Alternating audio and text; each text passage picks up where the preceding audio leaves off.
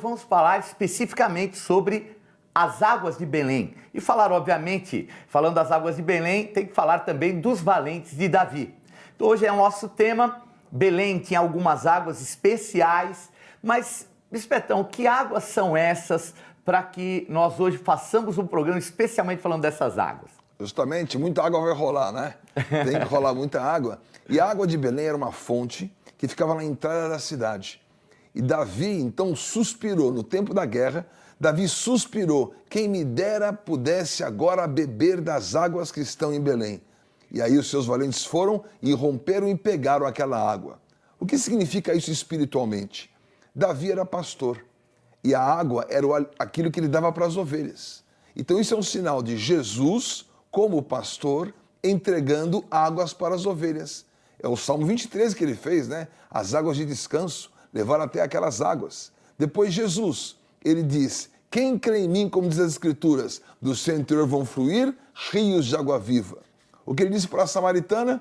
Que se alguém beber da água que eu lhe der, nunca mais terá sede, pelo contrário, terá uma fonte que vai jorrar para a vida eterna. Por isso, as águas de Belém, um significado profético de o Senhor colocando você em acesso ao melhor que tem, em refrigério à sua alma e você se tornando uma fonte. Por isso a Bíblia é um livro de revelação e essas águas não são apenas uma citação de que alguém está com sede, é um significado profundo muito maior.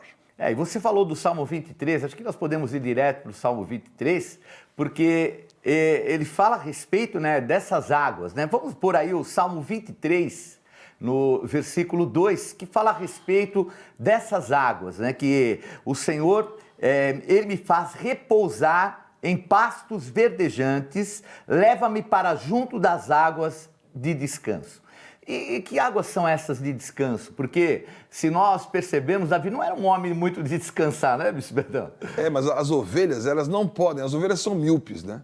Se você fizesse uma comparação das ovelhas com o homem, seria praticamente 12 graus de miopia. Elas não conseguem enxergar nada. Então elas percebem-se pelo tato e pela voz.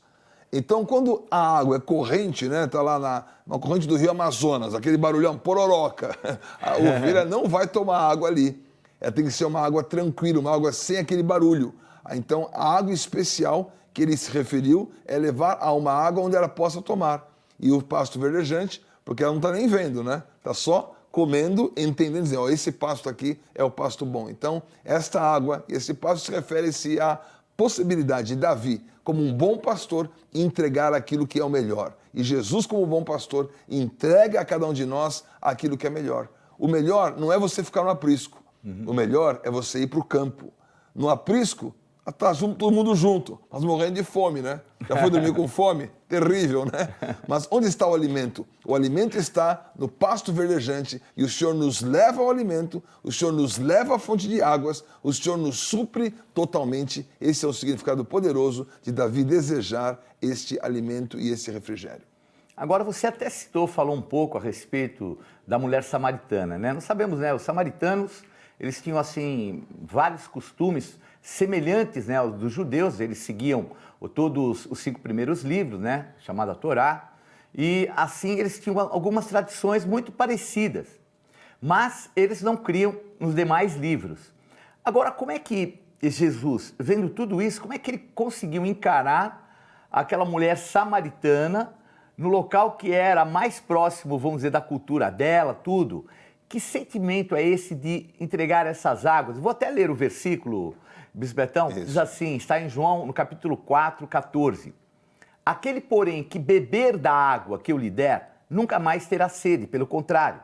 A água que eu lhe der será nele uma fonte a jorrar para a vida eterna. Então nós vemos ali, né, uma pessoa bem desgastada, né, aquela mulher, imagina, por volta do meio-dia, sol, e de repente chega um judeu e pede água para ela ainda. É isso aí. Como é que é isso? Quando Jesus pede para você alguma coisa, é Ele que quer dar. Isso é a marca de uma oferta, né? Ele pediu água, mas ao final é Ele que queria dar a água viva e instalar nela uma fonte. E isso está mostrando a quebra de preconceito. De um homem falar com uma mulher, de um rabino falar com uma mulher, e de um judeu falar com um samaritano. Né? Mas a mulher falou mais. Jesus falou assim, ó, dá-me de beber. 3 palavras. Ela, como tu, sendo judeu, fala comigo que sou uma mulher samaritana. Então ela já falou 11 palavras e ele falou só 3. Então ela falou mais com ele do que ele com ela.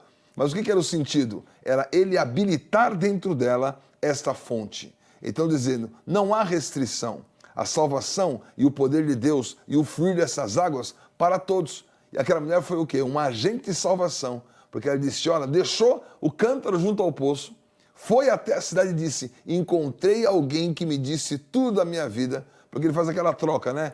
Quer a água? Me traz os seus maridos. Ela falou assim, mas que tem que tocar nesse assunto, né? Um assunto delicado para mim, porque são as falsas alianças. Quando você vê depois ali em 2 Reis 14:32, fala que os samaritanos tiraram lá, que os assírios, eles tiraram dos samaritanos 5 povos. Avã, Cutã, Babilônia, Serafaim. Aqueles 5 povos eram as 5 alianças que a mulher tinha tido. A 6ª era os romanos e nenhuma daquelas alianças tinha dado água para ela. Então, sentido profético poderoso dos 6 maridos, das alianças falsas. Só uma aliança verdadeira em Cristo Jesus nos traz, então, satisfação. E aí vem o Messias e quebra todo esse jugo, né? Agora, interessante, você estava falando sobre o diálogo, né? Mas é um diálogo até meio estranho mesmo, porque ela estava procurando briga, né? Ela queria encrenca, ela queria discutir. E é interessante que todas as vezes que ela fala alguma coisa, Jesus fala algo totalmente diferente daquilo que era a expectativa dela, porque o preconceito a gente vê, né? Ela sempre toca. Mas como? Os judeus não falam com os samaritanos. Como tu, sendo judeu, me pede água? Aí ele fala, se soubesse qual é o dom, quem é que está aqui que te daria? Quer dizer, ele sai fora do lugar, né, do preconceito e vai falando, e vai ministrando, e vai tirando, né? Mas pai Jacó, onde você tem a água? E ele vai sempre respondendo, parece até uma loucura, né? Fala assim, puxa, pergunta uma coisa, responde outra.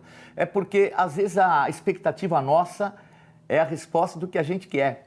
Às vezes para contender, para brigar ou para mostrar a nossa razão, mas a resposta mais correta vem daquele que tem as águas vivas, né, Bispo? Glória a Deus, está movendo águas vivas. Tanto é que ele responde sempre no espiritual. Ela fala, onde que é o local? É Jerusalém? É Samaria? Onde nós vamos adorar? Deus é espírito. Vamos adorar em espírito e em verdade. Ele sempre está tirando do foco natural para a realidade espiritual. Porque assim que nós entendemos a palavra, uma realidade que você vai tomar posse e vai viver. Então, quando ela recebeu aquela água dentro dela, ela sentiu, está fluindo coisa diferente. É justamente o poder da semente palavra que rega em você e traz em você este mover. Águas de Belém, então, definitivamente uma marca do mover de Deus dentro do seu interior. Perfeito, então, já estamos falando aí sobre essas águas e nós vamos agora à raiz da palavra.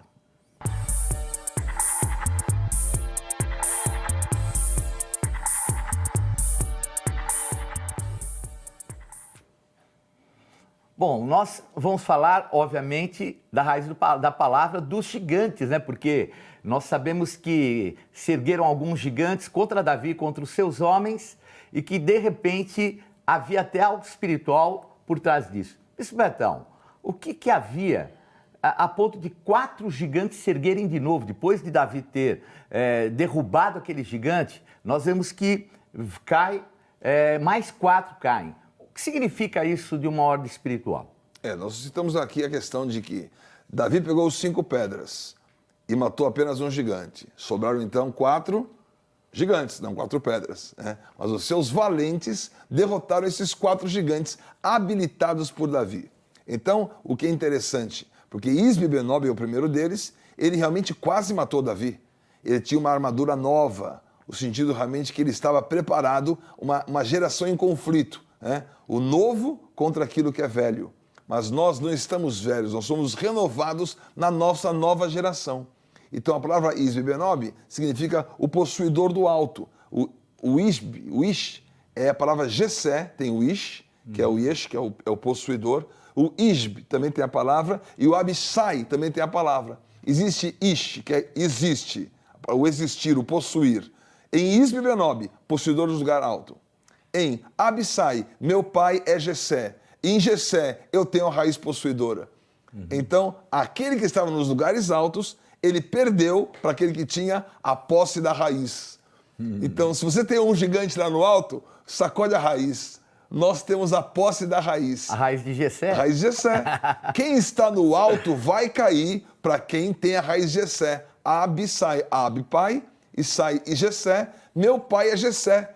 Então, olha, ele foi realmente o elemento certo para confrontar a potestade do alto. Muito interessante. Então aí caiu o primeiro gigante. Como você falou, 5 pedras. Golias foi o primeiro que o próprio Davi. E esse segundo, uma característica, quase que Davi é derrotado por esse gigante, né? Sim, sim. Então, lugares altos, perigoso. E Saf? Saf é o guardador da porta. Olha só, como há gigantes que estão querendo impedir que você tenha acesso aos lugares especiais que o Senhor preparou para você. E quantas pessoas, diante de uma porta fechada, a porta se fechou, não teve jeito, eu quis entrar, ou até ambientes que intimidam a pessoa, né? Uma porta não é intimidadora? É né? verdade. Você fala, não vou abrir essa porta. Ué, mas tem a autoridade, porque pode ser um gigante, um Saf ali, um guardador da porta, mas você é um Sibecai. Olha só, Sibecai tem a palavra que está costurado, aquele que tem segredos costurados. Olha os segredos. Há uma porta, mas você tem um segredo. Então vai lá e abre a porta. Então é tremendo você entender como os pares de confronto foram derrotados e Davi, um homem de muitos segredos, ele habilitou esses segredos na mão dos seus valentes. Perfeito. E qual a raiz da palavra desse segundo Golias, né? Se ergue mais um Golias. Mais um Golias que era irmão do Golias, né? Era de Gate também, os dois de Gate saíram na mesma cidade. A palavra Golias significa aquele que está descoberto e exilado. Olha que interessante, porque Davi nunca chamou Golias de gigante. Disse, incircunciso filisteu, ou seja, o que estava desprovido, o que estava descoberto. E quem estava Davi? Davi tinha a cobertura da palavra, a cobertura das 5 pedras. O que é 5 pedras? Uma cobertura apostólica. Então Davi, com a cobertura apostólica, falou assim, gigante, você não é gigante, você não tem aliança, e eu tenho a cobertura. Porque eu tenho a cobertura, eu posso destruir você. Então aquele Golias foi destruído por Elanã. Elanã significa o meu Deus me dá graça. Então a graça que também Davi tinha, que encontrou essa graça de Samuel para ser ungido. Então as mesmas características que havia em Davi e naquelas pedras, haviam em habilitação sobre os seus valentes. Por isso que é uma sucessão fantástica, uma sucessão muito bem executada de Davi para os seus valentes e da conquista na derrota desses gigantes. Perfeito. E esse último que se ergue, alguém um pouco diferenciado, que é esse Nefilim. O que seria esse último gigante? Então, o último gigante não tem nome, né? Apenas o nome gigante, né? E ele tinha 24 dedos, imagina, 6 no pé e 6 na mão, né? 6, 12, 12, 24. Ou seja, ele queria tomar posse, né? É aquele gigante que fala, ó, seguinte, olha aquele agarrou, olha aquele pesou, isso aqui é tudo meu. 24 também é o símbolo das horas, né? 24 horas no dia, o sentido de que, olha, o domínio é meu. Você não vai tomar aquilo que é meu. Então é esse monstro que vem assustar, dizer, isso é impossível, você não tem essa capacidade, tudo isso aqui está na minha mão, vem tirar da minha mão. Eu não estou abrindo a mão do gigante? E um de 6 dedos? Você fala, quando chegou no quarto, ela tem mais 2 ainda, né? Aquela força daquele gigante. Mas Deus colocou o quê? Jonatas. Jonatas, que também é um nome muito famoso na história de Davi, e Jonatas não era o mesmo Jonatas, obviamente, mas Jonatas significa o presente de Deus. Deus nos presenteia com essa vitória sobre o gigante, que é a palavra Nefilim, que vem de Nafil, que são os caídos. Ou seja, teu nome é gigante, mas a tua raiz diz que você é caído. Ou seja, eu vou ver o gigante no chão. Isso é a nossa marca. Nós somos valentes, porque temos uma promessa. E o gigante? Não olha para cima, olha para o chão. Ele vai cair. Você tem a arma, a porta que ele guarda, você vai vencer. A arma que ele usa, você não vai temer. A situação que ele representa, você vai derrotar. E por isso, esses valentes foram tão gratos a Davi, que eles foram, vamos buscar essa água. Porque Davi quer essa água. O que mais é essa água? Que vamos a água. É esse fluir. Há um fluir, há um mover. Então eu vejo aqui nesse texto a revelação fantástica da sucessão apostólica. Amém. E veja, o desejo de Davi por conquistas, ele transmitiu, né, aos seus valentes pela sua fidelidade e gratidão. E a gente percebe que, inclusive, Bispo Betão, o encontro com eles, assim, a maneira deles crescerem foi na caverna de Adulão, né? Então, a caverna de Adulão foi um local difícil, onde estavam endividados, estavam passando por um momento de aperto, tudo. E ali o referencial de Davi é que liberou essa fidelidade. Então é muito importante a gente entender que a realização parte de um exemplo. E nós temos que ser esse exemplo, né, para que Deus possa nos usar como exemplo de fidelidade e, obviamente, esse referencial, gerar outros valentes. Né? Não existe transformação sem referência. Né? Eu quero me tornar... O que você quer se tornar? Os valentes queriam se tornar o quê? Davi. Eram valentes de Davi. Assim como nós somos valentes do referencial do apóstolo Estevão. Não tem como você dizer assim, não, eu não sigo a homens. Meu amigo, para de papinho. Né? É verdade. Porque, na verdade, o que está você seguindo? Esse espírito, você está seguindo o espírito que está ligado ali. E você tem esse espírito transmitido pela palavra. A palavra do apóstolo Estevão tem formado várias gerações. Por 35 anos, essa palavra está saindo, está fluindo. Quem está tomando essa água?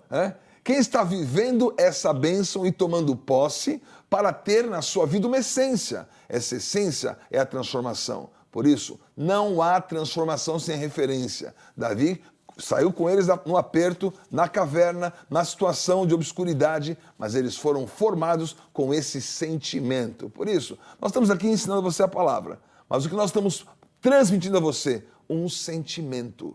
E esse sentimento é a transformação verdadeira para você ser um valente. Nunca disse que eles eram mais fortes. Se fosse um UFC, né, o peso não ia bater, né? É verdade. O gigante é maior, o gigante é mais forte. Você não é mais forte nem maior, mas pode ser mais corajoso e por isso você vai enfrentar esse gigante e vê-lo no chão.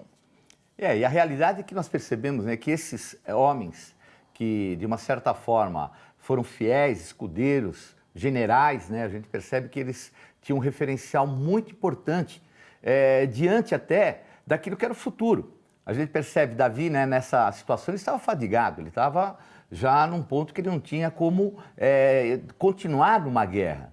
Mas esses valentes assumiram e foram bem-aventurados. Agora, a Bíblia fala a respeito de 3 e de 30.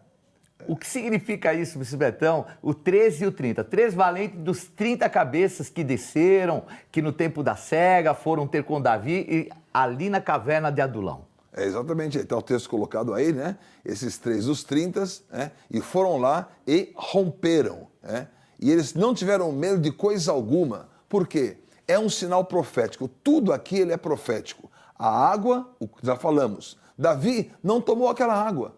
Davi derramou aquela água em libação, porque isso significava já a oferta. A oferta que ele fez derramando aquela água, dizendo, isso aqui é o preço do sangue. Quem derramou o sangue? Jesus, o filho de Davi. E os 3 dos 30 é a figura do dízimo. Olha só, 10% daqueles 33 tinham realmente uma habilitação especial. Por isso que o dízimo é uma consagração. A palavra colocou os 10%, colocou como uma consagração especial. Eu quero ser 3 dos 30.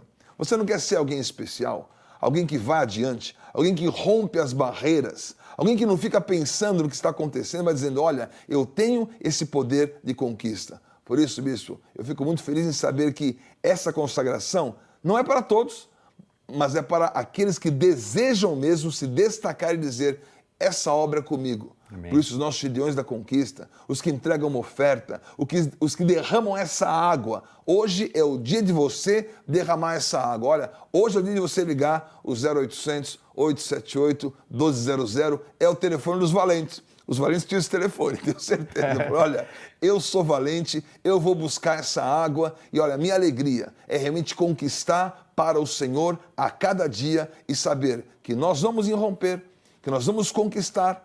Podia ser um capricho, né? Estamos na guerra e nós vamos lá. Eles foram, irromperam, trouxeram aquela água daquela fonte de Davi. está aqui essa água. Então, queremos trazer essa água. Você seja hoje um valente que traga essa água. Deseja agora se associar e participar, e essa água poderosa vai estar realmente sendo derramada como oferta, e você, como filho de Davi, Jesus na sua vida, vai ter esse mesmo significado. 0800 878 1200 é tempo de você conquistar como Davi e os seus valentes. E a realidade, né? 300 de Gideão, 30 valentes e 13. Então, 10% é o dízimo daqueles que são abençoados.